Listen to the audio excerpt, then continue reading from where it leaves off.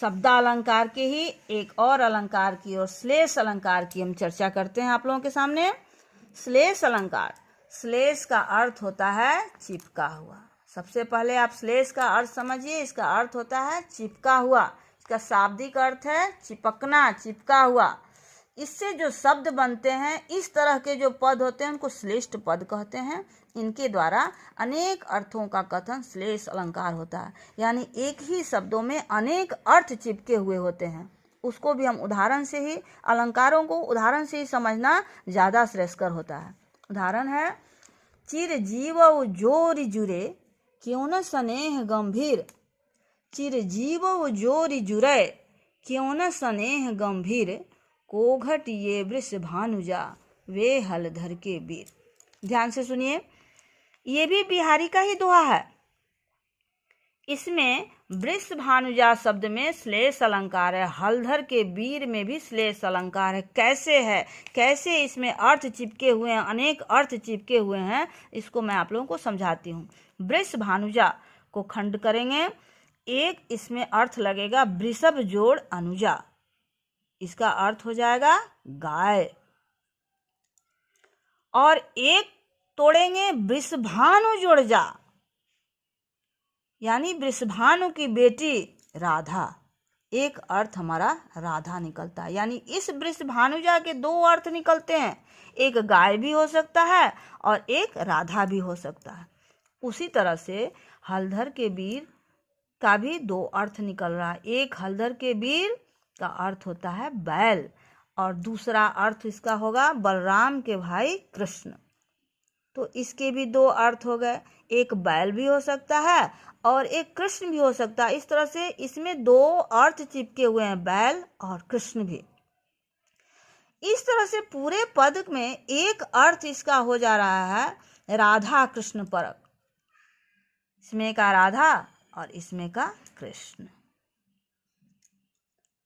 और एक अर्थ इसका गाय बैल परक हो रहा है,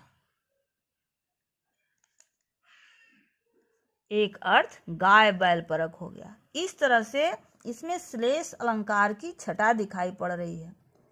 एक शब्द है, इसके एक ही शब्द में अनेक अर्थ चिपके हुए हैं, जिसके कारण यह श्लेष अलंकार हो गया। आप लोग को समझ में आ गया होगा। अब हम लोग आगे बढ़ते हैं शब्दालंकार के एक और भेद विवक्षा अलंकार की तरफ। विवक्षा अलंकार जहाँ विस्मय, आनंद आदि की आवेगजन स्थितियां हो, उसको व्यंजित करने के लिए शब्दों की बार बार पुनरावृत्ति की जाती है, जिसका कोई अर्थ नहीं होता, बस सुंदरता के लिए उसकी पुनरावृत्ति की जाती है। पुनरावृत्ति, आवृत्ति, पुनरावृत्ति एक ही चीज है, इसका मतलब भी दोहराना होता है और आवृत्ति का मतलब भी दोहराना होता है। उसको हम लोग विवक्षा अलंकार कहते हैं। यह अलंकार छायावादी की कवियों के कविता में बहुत ही प्रचुर मात्रा में उपलब्ध रहता है, प्रचुरता से उसकी अभिव्यक्ति की गई है। जैसे आपके पास छायावादी कवियों की चर्चा तो मैंने पहले की है, फिर भी इसमें महादेवी वर्मा और पंत के पंक्तियों को मैं आप लोगों के सामने रखना चाहूँगी। जैसे महादेवी वर्मा के पंक्ति में है, मधुर मधुर मेरे दीपक जल पथ प्रियतम का आलोकित कर। ये मधुर मधुर जो शब्द है, ये काव्य को सुंदरता प्रदान करने के लिए इन शब्दों का आवृत्ति किया गया, पुनरावृत्ति कर किया गया। इसके अर्थ जो है, इसमें कोई अंतर नहीं है, एक ही शब्द को बार बार दोहरा दिया गया बस सुंदरता प्रदान करने के लिए, वह विवक्षा अलंकार है। या मृदु मृदु स्वप्नों से भर अंचल नव नील नील कोमल कोमल छाया तरुबन में तन तम श्यामल, ये पंत जी लिखे हैं।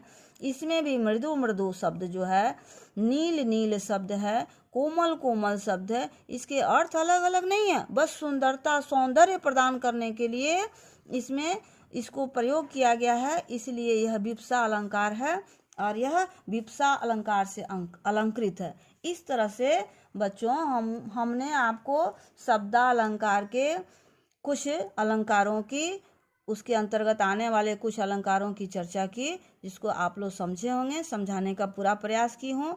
यदि आप लोग को समझ में आ गया हो तो एक होमवर्क के रूप में एक प्रश्न देती हूँ, आप इसको बना करके हमें बताएंगे। अलंकार पहचान लिएगा। रही मन पानी राखिए बिन पानी सब सून, पानी गए न उगरे मोती मानुष चून। इस पंक्ति में कौन सा अलंकार आपको दिखाई दे रहा है, ये हमें लिख करके जरूर बताएंगे। धन्यवाद।